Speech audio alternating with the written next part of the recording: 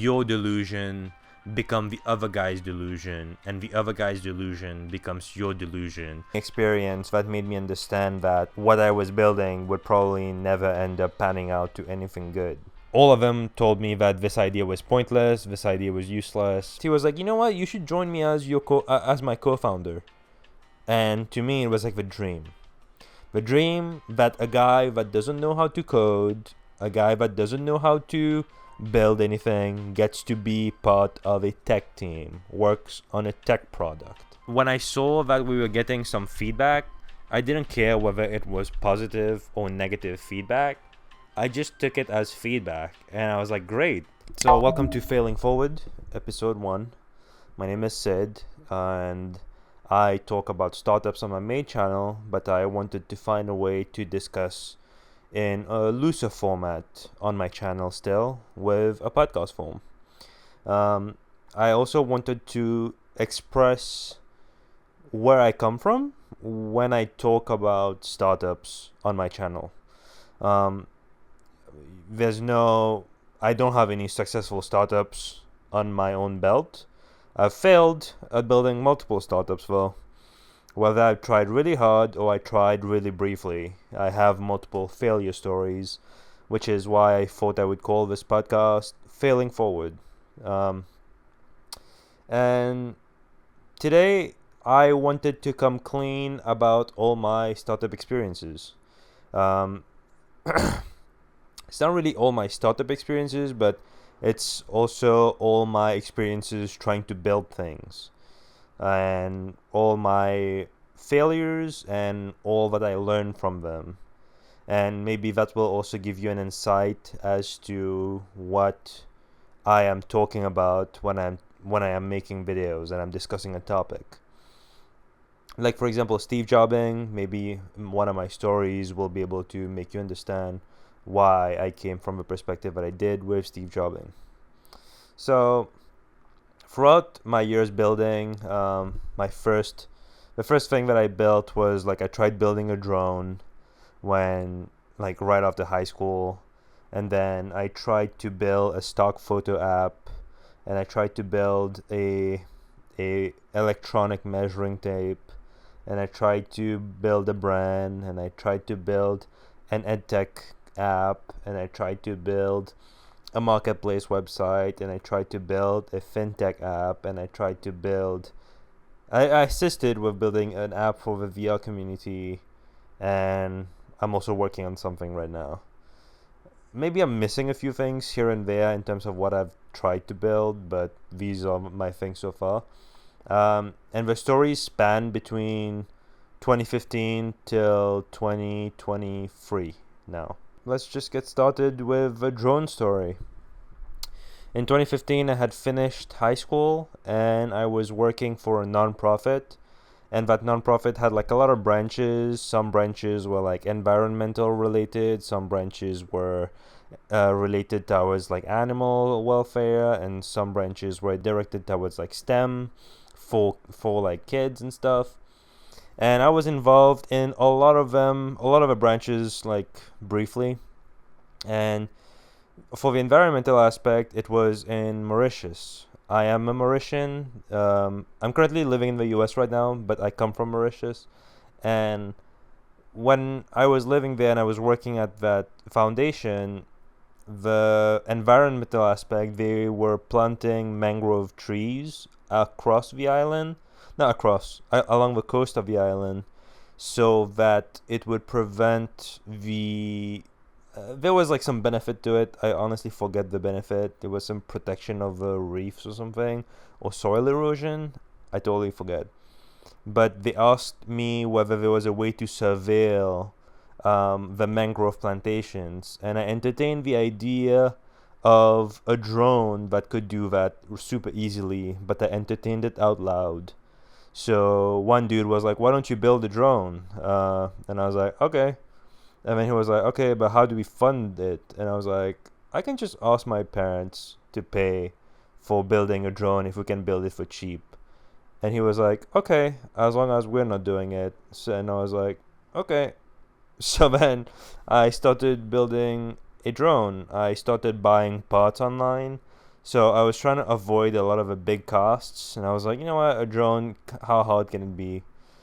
And I bought the propeller, I bought the CPU, I bought the battery, and I bought a remote controller. And I didn't really know how either of these things connected with each other. One. Secondly, I didn't know that I also needed to buy the body, and my plan was to build the body of a drone by myself, which was, in hindsight, a horrible idea because I tried to build the body with wood and pieces of plastic. And I didn't understand the concept of weight distribution. I didn't understand the concept of balancing. I thought that once I figure out how to build the body, I can just use the software to help it compute the differences in like the body weight distribution with a gyroscope setting. And that was another problem where I didn't know how to code. What was it? Free? I didn't know how to code, and I didn't know how to like understand the system, and I just was very unaware of a lot of things. So I start building, and I have some footage, maybe I'll include it there, but I start building. One of my friends starts to join me in building the drone. And we're building, we're drilling the holes, we're trying to figure out like how to build the body, assemble the pieces. So then we finish building the body, and after we finish building the body, I'm putting together where the parts are supposed to go. So like I install the propellers with like rivets. And then after I finish doing that, I start soldering the wires together. I don't even know which wires are supposed to go where. I don't have all the kits. I don't have all the tools. I'm just soldering, and then later testing whether like the connection goes through by plugging it in directly. By the way, I did an electrical engineering degree right after when I went to college. But before that, that was my logic, just like soldering first and then figuring things out later. Not testing connections, not testing if like the connections work or not testing which is like the right things, which it was the right ports to connect. So then after I finish assembling it together, I plug it in. I plug the CPU in to power the first time. After I plug into power, basically things weren't working properly, and then I was like, all right, let me check what's happening with the CPU. I opened the CPU software. There's like a bunch of like information on the screen that I don't understand, and I was really, really confused at what I was doing. And then this guy, he joined the foundation that I was working for a few like weeks later, and he sees what I'm doing, and he's like, wait, I'm a hobbyist. And he was like an actual hobbyist in the drone community, and he shows me his drone, and he brings it to the foundation one day, and he's flying it, and he has bought like a full kit. He understands what's happening. He knows how to code. He knew how to assemble everything properly, and he's flying his drone in front of me. And his drone that he knows how to build correctly, he did it properly, he did everything correctly, wasn't flying properly. It was like wobbling. He had to fly it for like a few seconds and then flew it back down directly. It was a learning experience that made me understand that what I was building would probably never end up panning out to anything good. So that was a few months right before I had to leave for college, and I just gave it up. I wasted my parents' money buying all these parts. It was probably like $300 to $500 US, and I just gave it up, and I wasted my parents' money. I felt horrible. I didn't report how the drone building was doing to anyone. I just left it as that. And I think the drone parts must be still somewhere in my house. But yeah, that was my first building experience. There was my lack of problem solving skills, my lack of system, like taking some time, my lack of patience to even understand foreign systems that I have never interacted with. my lack of research before even spending a dime. There's like a lot of like failures on my part in that project, and it was just being driven by pure delusion and pure like seeking clout somehow with this project that led me to build that drone. And yeah, it didn't nothing happened to it, and I'm happy that that project failed. And then when I went to college, I think it was like a more humbling experience to see actual people that knew how to get interested into projects. But anyway, that's the drone building project. What did I learn? I just learned that I needed to be more patient and I needed to do more research before I did anything more complex and outside of my comfort zone. Okay, that was 2015 till 2016. And then in 2016, I go to college in the United States. Um, and as soon as I arrived in America, I was sort of like intimidated by the whole country. So I was in Chicago, and I was selecting classes that I needed to sign up for, and most of the classes that I needed to sign up for were full, and some of the required classes that still had seats, I didn't want to take them. And one of them was CS 115, Object Oriented Programming. For some reason, I didn't want to do CS 115 because I felt that I didn't want to dive into anything too technical right now because I wanted to learn about business first. So I wanted to learn about startups, but mainly business. So I signed up for a class called Social Commerce instead, which was taught by Bruce Moeller at my college. And when I joined that class, I was the not only freshman, but also only undergrad in that class. Everyone else was a grad student that was taking this class as an easy way to get credits to finish grad school. And when the class started, the professor starts by saying that this class will have only one final, and that one final consists of us pitching our startup at the end of the class to a panel of investors. And these investors will be ready to give us money if they like anything. That just blew my mind. Like the concept that at the end of this one class, there's a possibility that people give us money. I have a chance to drop out of a school that I don't want to be at, doing this degree that I don't want to do, to start a business on my own. So I am with this group, and this group is like a bunch of people that simply want to pass the class and move forward with their lives.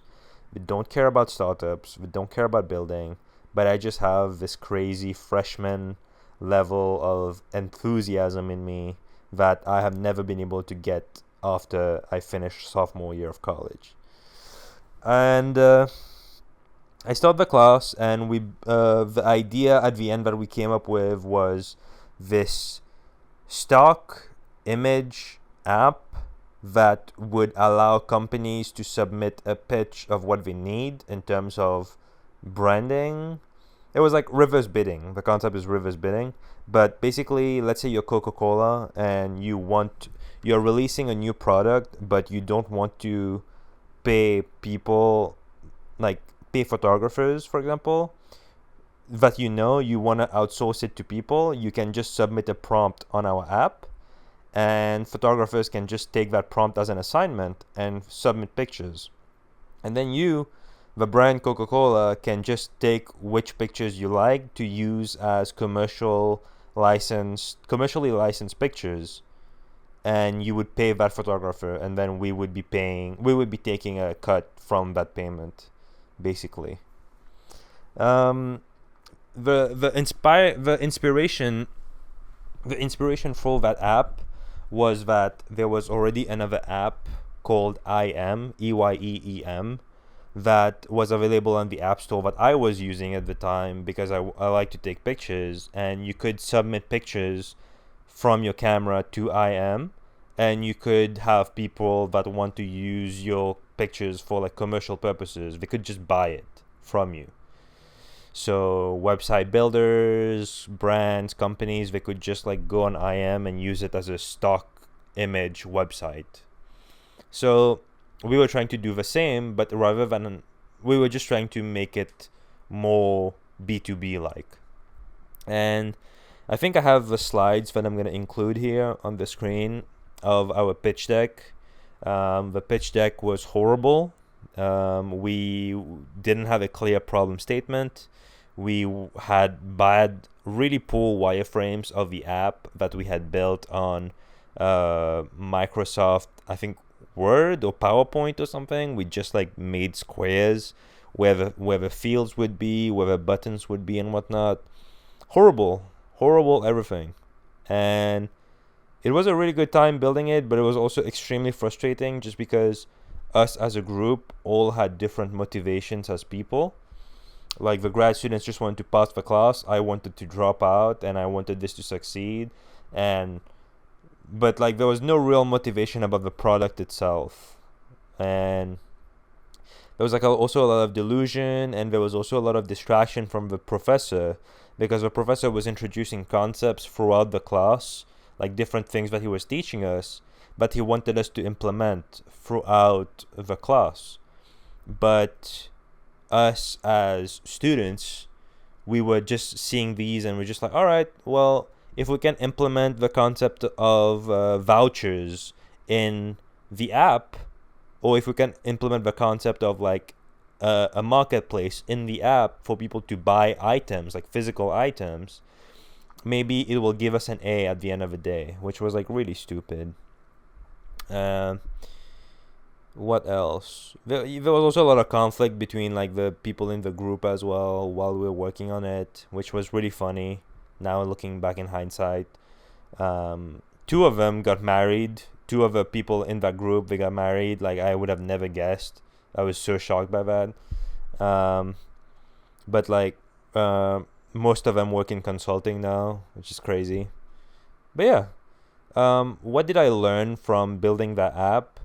Oh yeah, before I get to that, the pitch, on the day that we pitched it, basically everyone looked at us weirdly throughout the whole pitch because we were not coherent at all with the idea.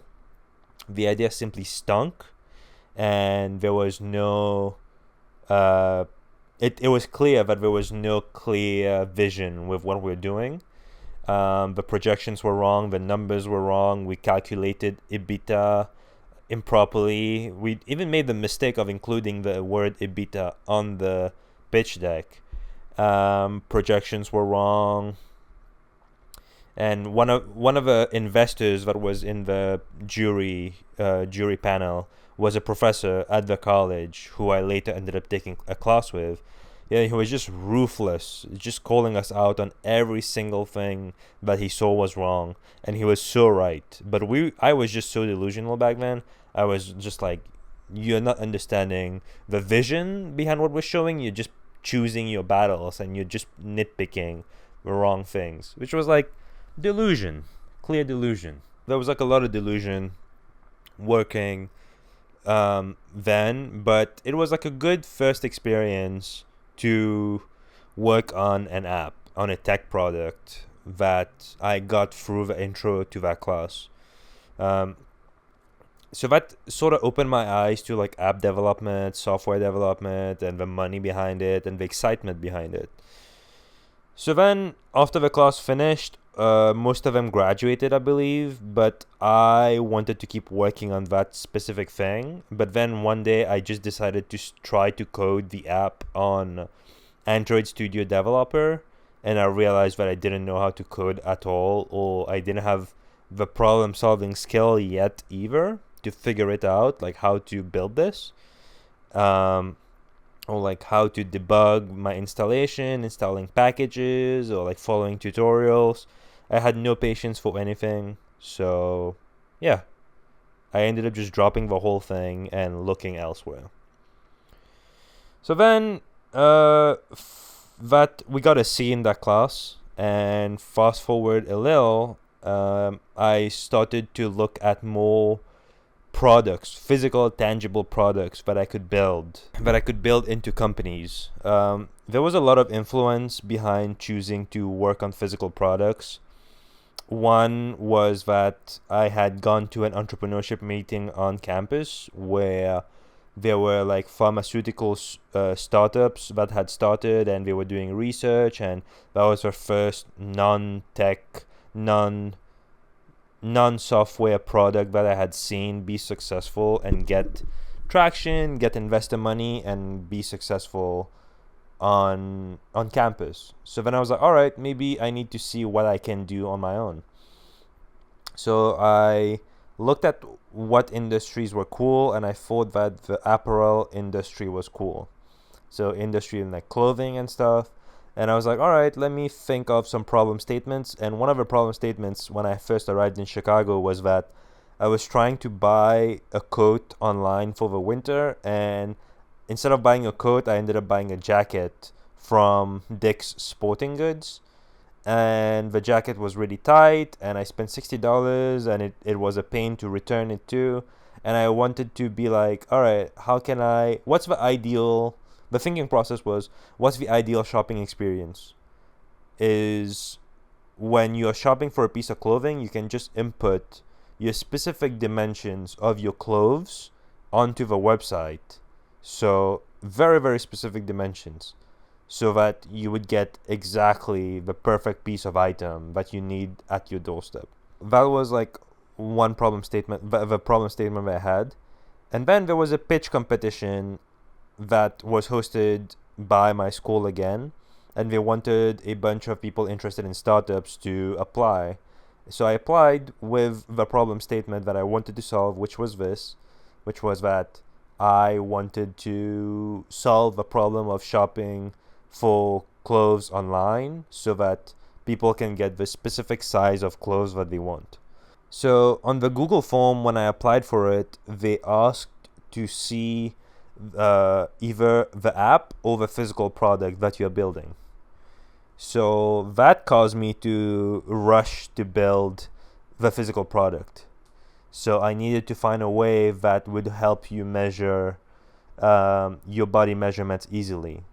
So your body measurements has like the dimension between like your neck all the way till your waist. There's the dimension around like your chest area. There's the dimension from your neck all the way to your toes.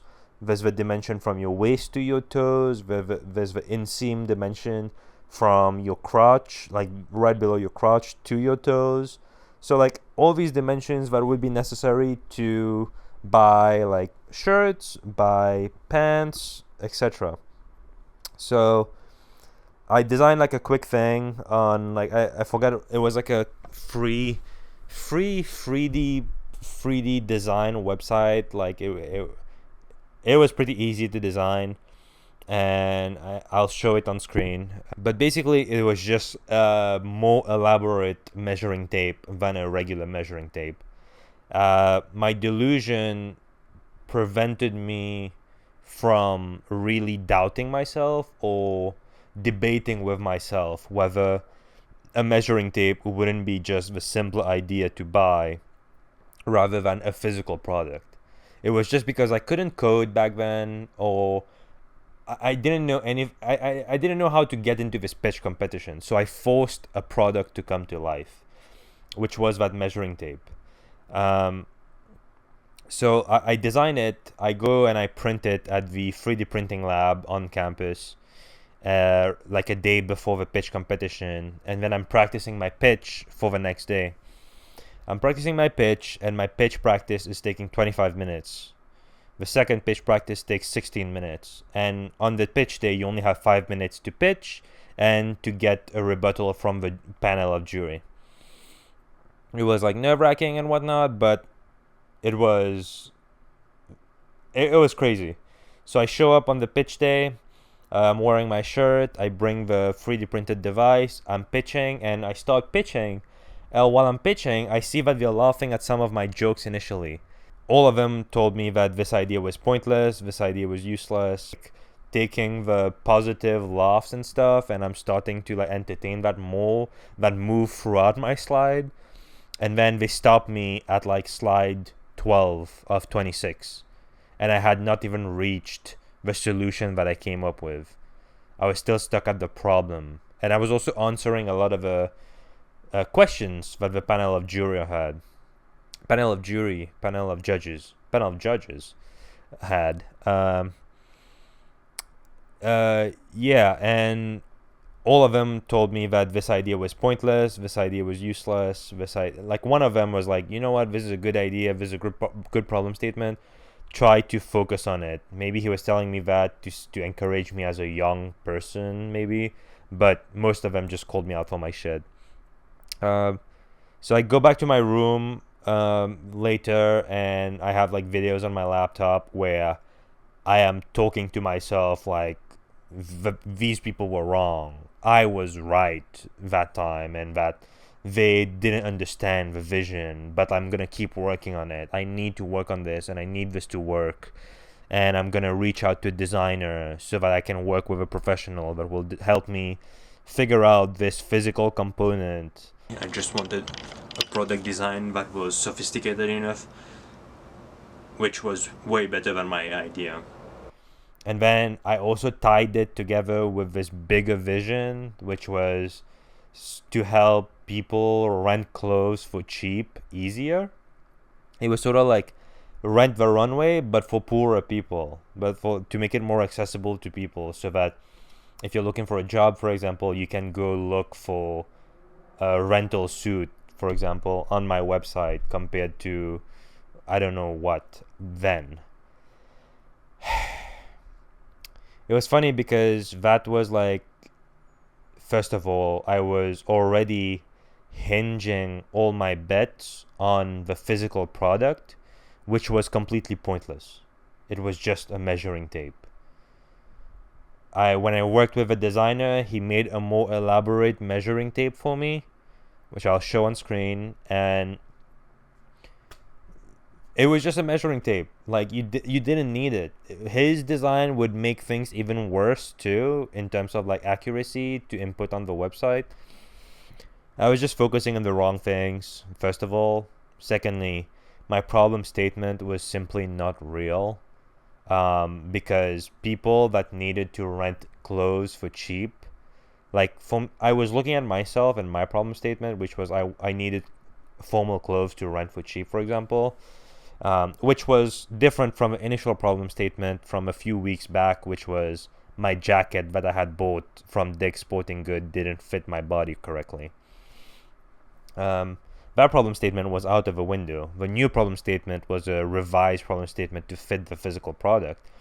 And that problem statement was basically college students pay too much to get formal clothes if they need to go to a first job or first interview, and they need a better resource to rent clothes for cheaper. And then I was like, well, since I don't have the funds to open a store right now to allow this to happen, I can start by solving another problem, which is this measuring tape that will help you measure different parts of your body.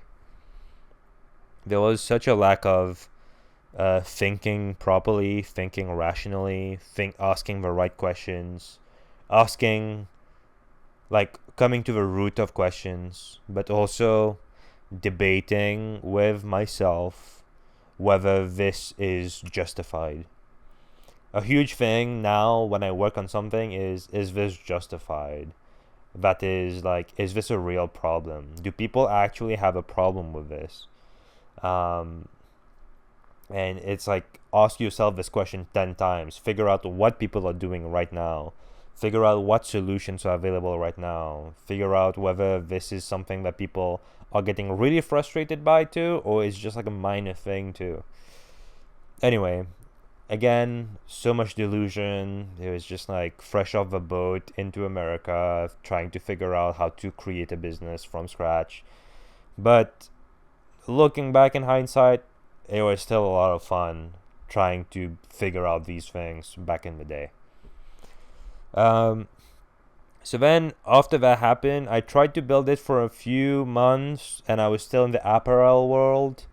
And then I realized, well, the easier way to like figure out apparel would be to make your own apparel.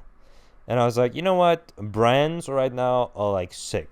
There's like Pyrex, Off-White. Virtual Abloh did his master's in architecture at the same school that I was at the time. He was like a huge inspiration to me, and I loved the Hypebeast community. And I was like, you know what? Can I create my own brand? Original idea. Like the most original idea that everyone around that age and younger thinks of. Creating your own brand. Design your logo, slap it onto something, embroider something and slap it onto a t-shirt and sell it. And just because your brand is like the nicer brand, people are willing to pay $40 for a t-shirt. Yeah, so I came up with this brand and I called it Flower Dog. Flower Dog was basically an adaptation of Tyler the Creator's Flower Boy, but because I knew how to draw a dog in like my style, I called it Flower Dog. And then I slapped flowers onto the dog's eyes to make it a little quirkier so that people would be like, oh, what is that? Some of my friends liked it, some of my family members liked it, and people were like, you should slap this onto a t-shirt, you'll make a lot of money. You should slap this onto a cap, you'll make a lot of money. And I would have just probably spent a lot of money, never make it back, and have to give a bunch of t-shirts away for free to people. But I tried it. For the longest I tried it. I was also into Gary Vaynerchuk at the time. He was very inspirational to me back in the day before like he started like losing his marbles. He would go to like garage sales in New Jersey and he would try to buy things from these people for really cheap at the garage sales and then sell them for like 1,000% profit or something like that. And it was like crazy because this is this CEO executive dude who is also able to go to like the lowest levels of like making money, and he was able to make money through that. And I was inspired. And he was also saying, okay, you need to post a lot, you need to post every day, you need to post whatever you got, you have to keep posting. And I was like, you know what, I need to create a brand that I can keep posting and engaging online so that people are more likely to be receptive to that brand. And that was like sort of like polluting the internet with thoughtless content rather than thinking about things and then putting it out there. And also following the idea of like someone like Gary Vee was just like something that I shouldn't have never probably done. I should have probably put some more time and thought into it. But that's what I did. I tried to create a brand and I tried to engage online, and a huge inspiration of mine around them was the artist Kaws, Kaws. And Kaws, how he got famous was that he would graffiti in New York City about his logos, and people would love him so much that they would commission him to actually do actual pieces. And then he became like a real life artist, and not a real life artist but a bigger artist who was getting paid and who was being treated as one. And I wanted to be like that, but rather than treat the New York City streets as my Canva, to me Instagram would be my Canva. But how would I make what I'm designing spread faster than on just my page? I started to reach out to other creators on Instagram, and I would ask them to use their picture so that I could draw my little logo on their picture and then post it on my account. And the logic behind that was that they would take my what I had just posted and they would share it on their Instagram through stories, or I don't even know if stories were a thing back then on Instagram, but they would share it and they would tag me so that their followers would come and follow me. So I did that, and it was like painful for a long while, and I did that between 2017 till 2018. I racked 102 followers on Instagram, and that's I think I started to realize that this was just a huge waste of time for me. But had I not had the next opportunity that I'm about to discuss, I would have never left this hustle. So the upcoming opportunity was my friend started building an EdTech app on campus while we were doing summer school. I was doing summer school because I was trying to graduate early, and my friend reached out to me because he wanted to test his app that would help students in classes at our college to basically connect together so that they could do homework together or like solve problems together, study together basically. And I was like, great, send me the app. I checked out the app, and after I checked out the app, I gave him some feedback. I was like, I love what you're building. This is crazy that you're able to even whip up an app connected to a server, allowing people to chat with each other. This is like, I've never seen anyone build anything like this before. That is so impressive. He built it on Flutter, so it was compatible with both iOS and Android. And that was like also mind-blowing to me. And I was like, you should like really test this with like groups and do like A/B testing and do like group tests. And I was just giving like a bunch of unsolicited scatterbrain feedback to him. But because I was using big words, maybe he got impressed. And when he got impressed, he was like, you know what, you should join me as as my co-founder. And to me, it was like the dream. The dream that a guy that doesn't know how to code, a guy that doesn't know how to build anything, gets to be part of a tech team, works on a tech product. Finally, I can actually use the energy that I have towards something that actually works, tech, where the money is. So I get really excited, and I join him as a co-founder, and I tell him, hey, I don't know how to code, but I'll probably do the marketing and the business plan. So him and I start talking a lot about the business, and the plan was to expand the app throughout all colleges in Illinois. So there was our college, IIT, and there was also University of Chicago, Northwestern, and like a bunch more. After that plan, we're like, all right, well, if it has to expand, we need to make sure that it works on our campus at least. So the plan was he would be building the app, and I would try to market the app pre-launch as much as possible so that when the app is ready to be released, everyone would already know about us and the app, and they would just download it. So I started working on posters. I started working on a podcast. I was starting to post content about our company, Seek Now. Started posting things everywhere, and things got funny because all of my attention got directed to the podcast because I really enjoyed making it.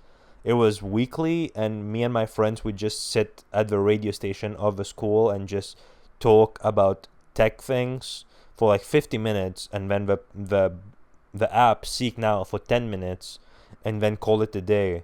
But I was just enjoying hanging out with my friends so much that I kept doing it every week.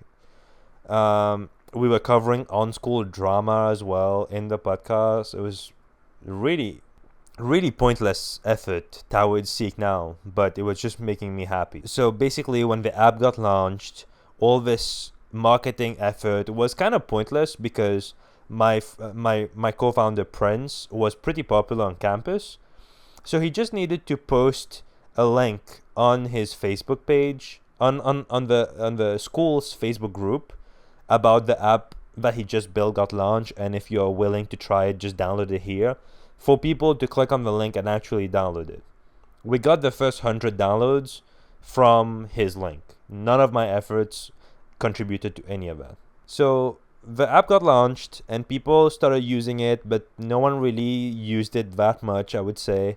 There was like a small group of people that would check it out and like use it quite frequently, but I can't say that I don't know if it made an actual change in terms of how people saw group studying as a whole on campus. So for me, and I think Prince will hate me for this because I mentioned this before too, and I think he took some offense to what I said, but to me, like, working on that was great, but it didn't get the results that we were expecting it to. We never really expanded to other colleges across Illinois, and I ended up quitting later after I did an internship. But what I learned from working on Seek Now was that I needed to contribute a lot of my non-technical efforts if I was to be in a technical group or a technical team towards more productive efforts. So making a podcast and discussing about school drama, but when the podcast is supposed to be an hour per week and that podcast is supposed to be helping the app blow up, was not helpful. Our app wasn't meant to be discussing drama. Our app was supposed to be an EdTech app direct to students. Secondly, I feel like a lot of our responsibilities to talk to faculty people and students and the school to implement our app into their system should, not the responsibility, but the urgency to talk to the school to implement that on campus should have been higher. And in hindsight, everything is clearer, but back then there was like a little delusion that was going on. There was also the co-founder dynamic that I had just explored for the first time with my co-founder, Prince. And the co-founder dynamic basically helps your delusion become the other guy's delusion, and the other guy's delusion becomes your delusion, and then you guys are bouncing off this energy together, so you guys think that you're gonna succeed no matter what, because you believe in him and he believes in you, even though both of you have a lot of weaknesses. We didn't really listen to the feedback that we got. At least I didn't listen to any of the feedback that we got.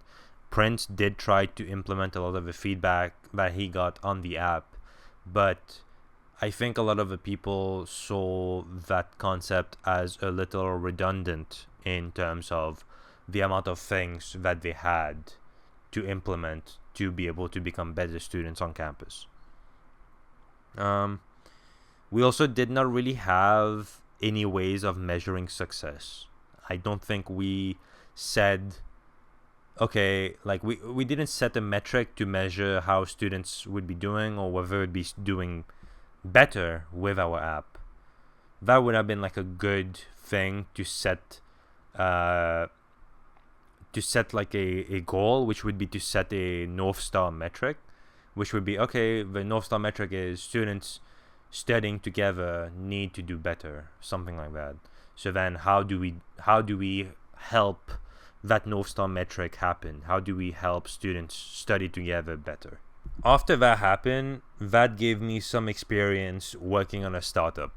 That was like my first experience having someone who was a little bit more technical guide the building while I'm working on the same thing.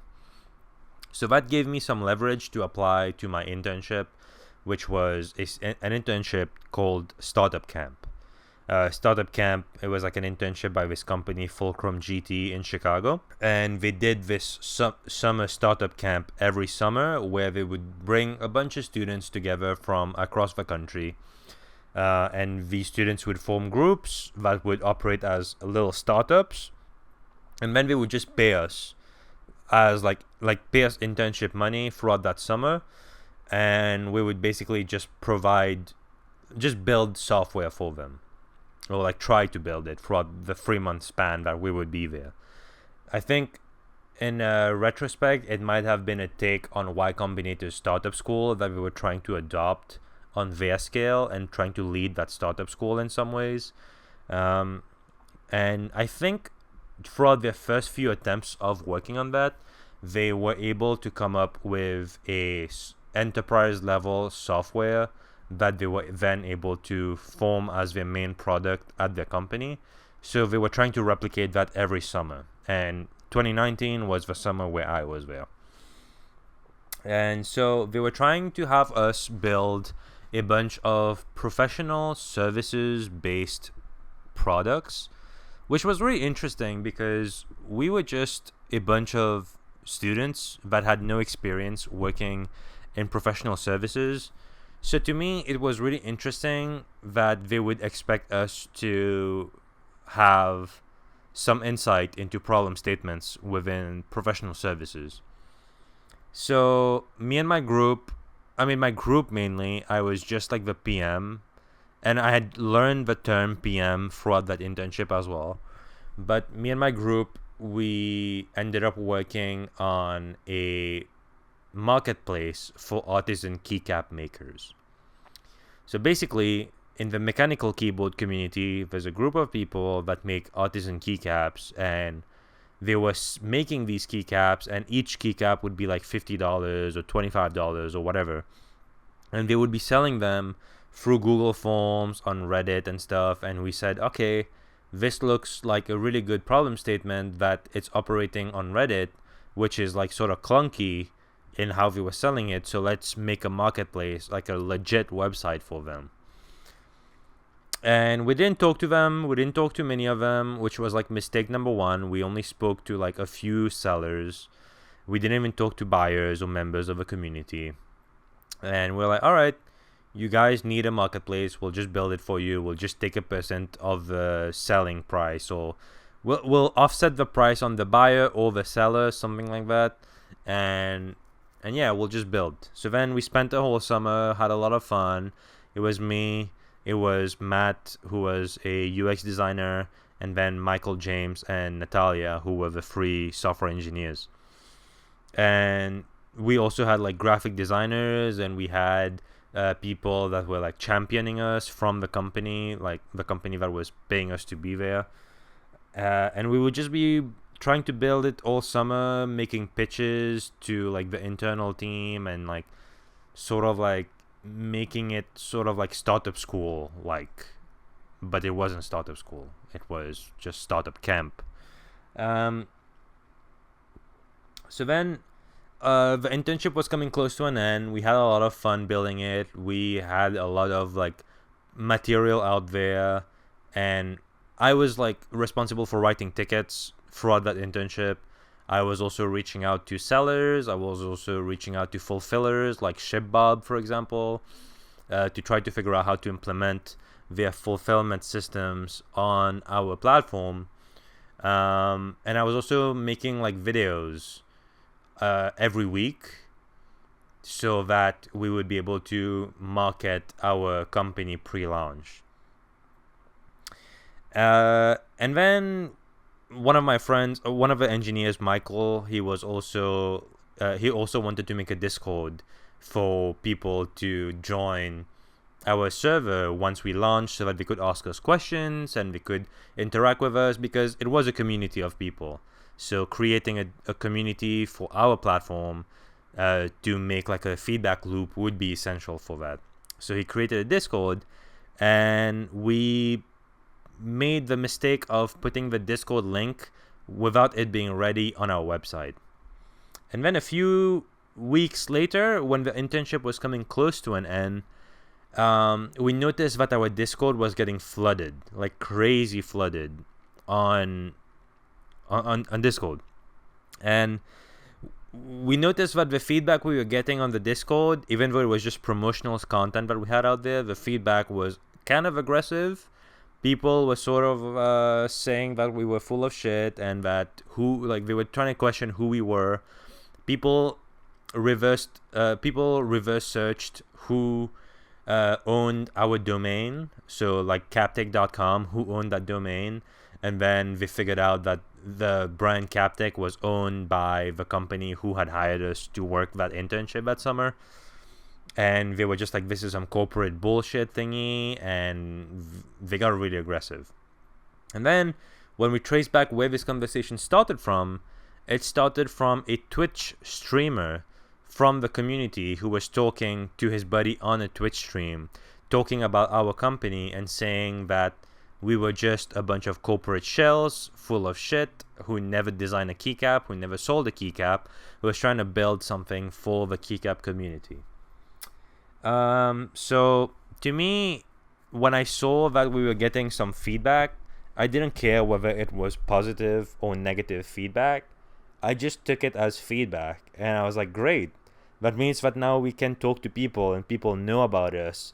So if we can fix this before we launch, uh, maybe we have a chance at being good. Uh, but the next day, I show up to the office, and everyone on my team is just, uh, they were just like scared shitless. They were super stressed out, super anxious, and it was sort of like we needed to mediate what was happening. And they were more rational than I was. Definitely more rational than I was. And I was showing my excitement, but then Matt was like, dude, I have to call some people. So then Matt picked up the phone, got on a call with like a few other people that we should have called since day one. He started talking to people in the community, talking to sellers, talking to artisan keycap makers, talking to buyers. And then he figured out that the main complaint that people had was that we had never built a keycap, we had never sold one, so how could we know what the keycap community and the keycap makers really need? So then he mainly came to the conclusion that we needed to spend time making keycaps ourselves. We needed to invest our time, our money into making keycaps so that we can understand what it means to be part of this community first. So the internship came to an end, and we kind of decided to keep working on it part-time. But while we're working on it part-time, me and Matt decided to commit to making keycaps. And I was making them by 3D printing them and then painting on them, except they turned out to be extremely horrible. I tried to sell two, one of which the customer responded to me and severely insulted me, and then I just ended up refunding his money completely. It was kind of traumatic back then when that happened, just because I was really stressed out from work, but I also rushed his order, and then that was like a failure on its own.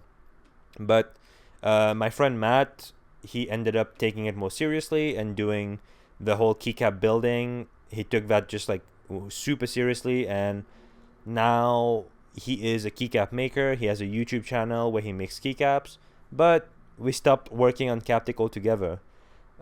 We stopped working on it because the developers basically felt burnt out working on something that they didn't own and they didn't care about anymore. So then we just dropped the whole thing. But yeah, I think that was our first experience working on a community-based product. I have a video coming up in like a few months maybe about building for communities. I think that there is a lot of challenges and a lot of things to consider before building products for communities, but that was my first experience, and it was definitely like falling face first when building for that community. What were some of the mistakes that I made when working on that? The first of all was not realizing that a community has a different dynamic in terms of building for them. Secondly, it was thinking that I was smarter than the community. So, like, for example, on like the first few days when working on Captic, we were just like over-promising things that we didn't know we could deliver just yet. It was the beginning of the internship, and we were just trying to figure out how to make things happen. Another thing was the communication aspect, where I just never communicated with anyone about, like, in the community about what we were building, and we were waiting to do like a commercial launch. But when you're building for a community, there's no such thing as a commercial launch. You have to work with the community. There's like so many things to learn. There's like so many thoughts to unpack when it came to that. I think when I'm working on the video about that, I will have more things to lay down properly. I just want to be a bit more organized about these thoughts. But these were the main things about working with that community. I felt that communication needed to happen, and we needed to be more open when building for them, to them. That was in 2019, and then in 2020, after I graduated, I started working full time. And after I started working full time, after a few months, I started getting like really, like, I started feeling the need to build again, and I really wanted to get back to working on products and working on startups and stuff like that. So I wanted to find a new problem statement. This time I wanted to be a little more organized about my thought process and whatnot. And I ended up finding a problem statement, which was that every time the summer would come, my friends would always flock to me to ask me what's the best bike to buy. And I always thought it was like a similar response from me, which was asking them a set of questions like, okay, what are you planning on doing with this bike? How much money are you planning on spending on this bike? How are you planning on racing with this bike? Are you planning on like going on gravel with this bike? Are you planning on going on slopes with this bike? And then based off of that, I would be able to determine what kind of bike they would need and lead them to a website, like basically do the research for them. So I was like, all right, let me build a website that would allow them to go through that step-by-step questionnaire, and at the end of it, get a bike that they can buy for themselves. I wanted to work on it. I was building wireframes, and I was like trying to figure out which bike companies would allow retailers to come and build a partnership with them, until I got reached out to work on a Fintech app. And that Fintech app, back then, it was called Africa Invest, and basically it was supposed to be the Robinhood for Mauritius, where I come from. And I had always thought of this idea when I was back home, and I always thought it was so unfortunate that Mauritians never had access to the US stock market, because I would, in the US, buy and sell stocks and make some money and make my money work for me, blah, blah, blah, And I was like, you know what? Mauritians could really benefit from at least like a concept like recurring investment or robo trading. So having actually Robinhood would be pretty cool. So I got on board. Long story short, the reason I spent like 2 years building Africa Invest. I want to keep it concise with that story, but long story short, the reason why I left 2 years after working on it was because that whole team wanted to move to Mauritius, and I was living in the United States, and I just felt that I wanted to stay in America. So I just quit, and I was like, all right, I just rather stay in America than work on this full time. And yeah, but that was basically it. There was like a lot of learning things in working in Africa Invest. I was really proud of what we were building. We had hired a lot of cool people, and the product was looking really great. But we were having trouble with getting investors, and we were having trouble with getting a license to operate in Mauritius so that we would be able to be compliant with the government. And that was like a bit frustrating, and was like too much of a big question mark for me to be able to fully commit to that idea. So when I left, I think they're still building the app. It's called something else now, Zonko, I think. And yeah, that's about it. After that, I haven't had like a lot of things working on. In 2023, I ended up joining with Prince again and other friends to work on his VR app to aggregate a bunch of events together. So if you are like on Oculus, for example, and you're on like Oculus Horizon, and you're hosting an event, we just wanted to aggregate that event onto an app so that in case you wanted to attend more events, or in case you wanted to have a social aspect around the event, you could just use the app. It's called Metalink. It's still available out there. Prince is still working on it. But I just worked on it shortly, but it was very community driven. And I just felt that what I learned from Captech, which was, since I'm not part of a community, I don't feel as invested. So I kind of don't really know what to do or what to say or have anything constructive to work on that product. So I just left a few months after working on that. And now I am working personally just on a small project. I don't even think it's a startup. It's a small tool that I am building for myself first, and that small tool will help me make YouTube videos better.